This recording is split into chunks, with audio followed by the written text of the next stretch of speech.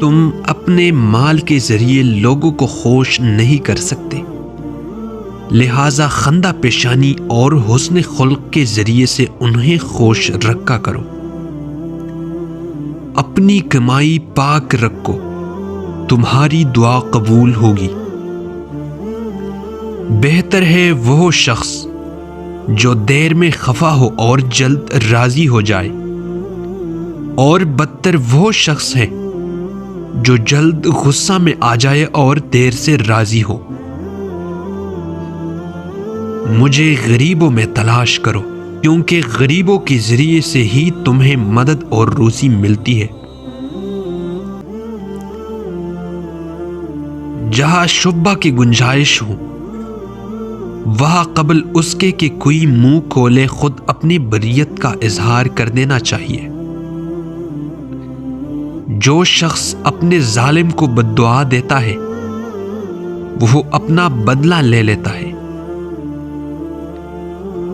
انسان خدا کا اور خدا اس کا راز ہے۔ سچی اور میٹھی بات بھی ایک صدقہ ہے۔ دنیا بیماریوں کی جگہ ہے اور لوگ اس میں بیماروں کی طرح ہیں۔ جب اللہ تعالیٰ کسی بندے سے بلائی کرنا چاہتا ہے تو اس کو اپنے نفس کے عیوب دکھا دیتا ہے۔ تم میں سے کوئی شخص بھی صرف اپنے عمل سے نجات نہیں پائے گا۔ نیک لوگوں کی صحبت نیکی کرنے سے بہتر اور برے لوگوں کی صحبت بدی کرنے سے بدتر ہے۔ جھوٹ بھی دراصل منافقت ہی کا حصہ ہے۔ شرافت نسب بھی ایک نعمت ہے۔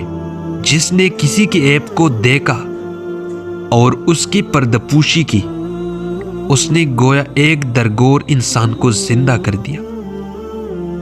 اللہ تعالی جمیل ہے اور جمال کو پسند فرماتا ہے۔ صبر وہ ہے جو مصیبت کی پہلی ٹھوکر لگنے پر کیا جاتا ہے۔ ویڈیو دیکھنے کا بہت بہت شکریہ۔ اگر آپ ہمارے چینل پر نئے ہیں تو لائک، کمنٹ اور سبسکرائب کرنا نہ بھولیے۔ والسلام۔